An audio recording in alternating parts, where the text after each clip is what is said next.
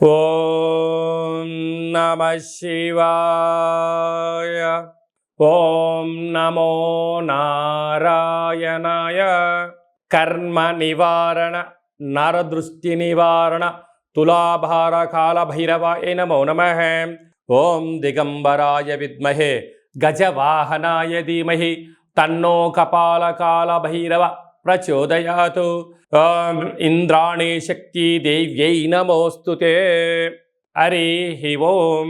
మా ఛానల్కి స్వాగతం. చూస్తున్న వీక్షకులకు ప్రేక్షకులకు ప్రియ కాల భైరవ భగవద్బంధులకి స్వాగతం పలుకుతూ మమ్మల్ని ఎంతగానో ఆదరిస్తూ ఉండబడినటువంటి ప్రియ సోదర సోదరీమణులకు, సనాతన ధర్మ సంరక్షకులకు, జ్యోతిష్య అభిమానులకు గురువుల యొక్క ఆశీస్సులు అందరిపైన ఉండాలని, అందరికీ శ్రీ కపాల కాళ భైరవ స్వామి ఆశీర్వాదాల చేత అందరూ నిండు నూరేళ్ల ఆయురారోగ్యాల చేత విద్యార్థులకు విద్య, ఉద్యోగస్తులకు వ్యాపారస్తులకు వ్యాపార ఆకర్షణ, ధనాకర్షణ కలిగి ఎవరికి ఎలాంటి కష్టాలు లేకుండా ఐశ్వర్యాన్ని, ఆనందాన్ని, కష్టపడే తత్వాన్ని ప్రసాదించాలని కాళభైరవ స్వామిని కోరుకుందాం.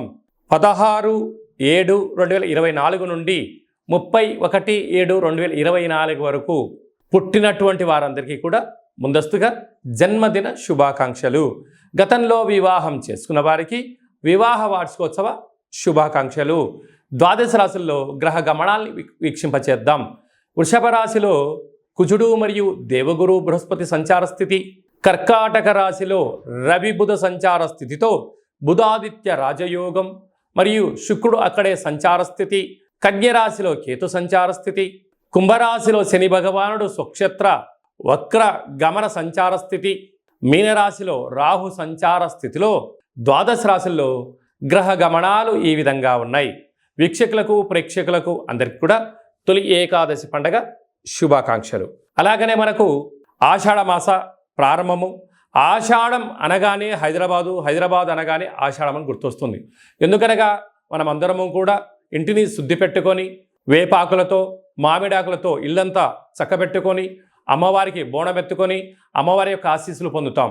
ఎందుకనగా మనకు చర్మ వ్యాధులు కానీ, అంటు వ్యాధులు కానీ, మచూసి లాంటి వ్యాధులు రాకుండా ఉండడం కోసము గ్రామము అంతా, వీధి అంతా, తెలంగాణ రాష్ట్రం అంతా కూడా వేపాకులతో పసుపు నీళ్లను చల్లడం వలన అంటువ్యాధులు రావు. అలాగనే మన భారతదేశ సాంప్రదాయంలో మన పండగలకు ఒక్కొక్క దానికి ఒక్కొక్క రకమైన ప్రత్యేకత ఉంటుంది. బోనం అనగానే మనకు అమ్మవారికి సేవ చేసుకోవడం, ముక్కులు చెల్లించుకోవడం, ఆడపడుచులను పిలుచుకోవడం, వారికి చీరలు సారెలు పెట్టడం, అమ్మవారిని మనమందరము కూడా మన ఇంటి ఆడపడుచుగా భావించడం జరుగుతుంది. పోతురాజులు అందరూ కూడా స్వామివారి యొక్క అమ్మవారి యొక్క సేవలో నిమగ్నమై ఉండడం జరుగుతుంటుంది. కనుక మనమందరం కూడా అమ్మవారి సేవ చేద్దాం, అమ్మవారి యొక్క ఆశీస్సులు పొందుతాం. మన సనాతన సాంప్రదాయాల్ని భావితరాలకు అందించే మానవ ప్రయత్నం చేద్దాం. అలాగనే దక్షిణాయన ప్రారంభము కనుక మనకు ఉపవాసాలు, యజ్ఞాలు, యాగాలు, క్రతువులు చేసుకునేటువంటి ఆయన కనుక మనమందరము కూడా భక్తి తత్వంతో ఉందాం, తల్లిదండ్రులను గౌరవిద్దాం, అమ్మవారి యొక్క ఆశీస్సులు పొందుదాం. ఆషాఢమాస పూర్ణిమ బహుళాష్టమి సందర్భంగా కర్కాటక రాశి వారికి ఒకవైపు శని భగవానుడు వక్రగతిలో సంచారము చేయడం, అష్టమ స్థానంలో సంచారం చేయనప్పుడు ఎలాంటి విధి విధానాలు పాటించడం వలన అద్భుత యోగాలు చూస్తారో ఈ వీడియోలో సవివరంగా సంపూర్ణంగా తెలుసుకుందాం. కర్కాటక రాశిలో ఏ ఏ నక్షత్రాలు వస్తాయనగా పునర్వసు నక్షత్రంలోని చివరి పాదం 4వ పాదము, పుష్యమి నక్షత్రంలోని 4 పాదాలు, ఆశ్లేష నక్షత్రంలోని 4 పాదాలు కలిపితే కర్కాటక రాశి. చాలామందికి పుట్టినటువంటి కాల సమయంలో డేటా బర్త్లో లేనటువంటి కారణం వలన పేరు యొక్క మొదటి అక్షరాన్ని అనుసరిస్తూ ఆ రాశిని తెలుసుకునే ప్రయత్నం చేద్దాం. హీ, హూ, హే, హో, డా, డి, డు, డే, డో అక్షరాల వారందరూ కూడా కర్కాటక రాశి జాతకులే. కర్కాటక రాశి యొక్క అధిపతి చంద్ర భగవానుడు. ఆషాఢమాసం అనగానే అమ్మవారికి బోనాలు, ప్రదక్షిణలు, కార్యక్రమాలు చేస్తూ ఉంటాం.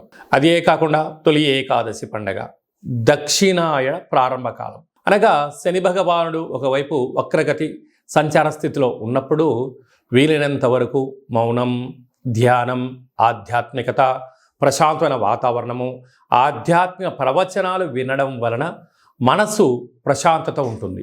ఆరోగ్యం కుదుటగా చూసుకునే ప్రయత్నం చేయగలగాలి. వేళకు భోజనం చేయండి, తగు వ్యాయామం చేయండి. వీళ్ళందరికీ ఔషధాలు వేసుకునేటువంటి దానికన్నా ముద్రలు ఆసనాలతో పాటి ఈ మెడిసిన్ మీరు వాడగలిగినట్లయితే దేహానికి ఆ యొక్క ఔషధం కలిగి రోగం నిర్మూలన అయిపోయి ఆరోగ్యం మీ సొంతమయ్యే పరిస్థితి ఉంటుంది. అష్టమ స్థానంలో శని భగవానుడు ఉండడం వలన దీర్ఘకాలిక వ్యాధులైనటువంటి థైరాయిడ్ అని, షుగర్ అని, బ్రెయిన్ స్ట్రోక్ అని దీర్ఘకాలిక వ్యాధులు వచ్చే అవకాశాలు ఉంటాయి. ఇదంతా దేనివల్ల వస్తుంది? మనసే కారణం. మన మనసు ఎప్పుడు కూడా పరి విధాలుగా పరిగెత్తకుండా ఏకాగ్రత, ఏకాంతం, సూర్య నమస్కారాలు చేయడం, పక్షులకు అనగా కాకికి మద్యాన్ని పోయండి. ఈ యొక్క అష్టమ స్థాన శనిలో ఉన్నప్పుడు ఆ కాకి మహారాజు గారు ఆ మద్యాన్ని స్వీకరించడం వలన మీ కష్టాలు తొలగిపోయి వ్యాధులు కూడా తొలగిపోతాయని చెప్పి గమనించాలి. ప్రతిరోజు భోజనం చేసేటప్పుడు ఒక పట్టెడు అన్నాన్ని కుక్కకు మహారాజు వారికి పెట్టండి. సంచిత కర్మ, ప్రారబ్ధ కర్మ, ఆగమిక కర్మ కూడా నివారణ అవుతుందని చెప్పి గమనించాలి. కనుక ఈ ఆషాఢమాస పూర్ణిమ ఈ అష్టమి సందర్భంగా కొబ్బరికాయలో కూష్మాండ దీపంలాగా అష్టముఖ దీపాన్ని పెట్టి దీపాన్ని వెలిగించి ప్రవహించే నీటిలో ఈ యొక్క కొబ్బరి ప్రసాదాన్ని తర్వాత వేయండి. కష్టాలు ఎలా తొలగిపోతాయి? ఒక ప్రమిదలో ఆముదము ఒత్తులు వేసి నూనె వేసి వెలిగించిన తర్వాత వెలుగొచ్చిన తర్వాత ఆ నూనె ఎలా తరిగిపోతుంటుందో మీ కష్టాలు కూడా ఐశ్వర్యానికి స్వాగతం పలికి కష్టాలను దూరం అవుతాయని చెప్పి గమనించాలి. అలాగనే భాగ్యస్థానంలో రాహు సంచార స్థితి ఉండడం వలన భార్యాభర్తల మధ్య అన్యూన్యత అవసరం, నమ్మకం అవసరం. మూడో వ్యక్తులు ఏదైనా చెప్తే దాన్ని పట్టించుకోకుండా మీరు ముందుకు తీసుకెళ్లే ప్రయత్నం చేయండి. లేకపోతే అనేక ఇబ్బందులకు మీరే కేంద్ర బిందువు అవుతారు. అలాగా లాభస్థానంలో కుజగురు సంచార స్థితి ఉండడం వలన నూతనమైన గృహాలు, ఇంటి స్థలాలు, బంగారు ఆభరణాలు, ఎలక్ట్రానిక్ వస్తువుల కొనుగోలుతో గృహమే కదా ఆనంద జీవన విధానానికి మీరే కేంద్ర బిందువు అవుతారు అని చెప్పి గమనించాలి.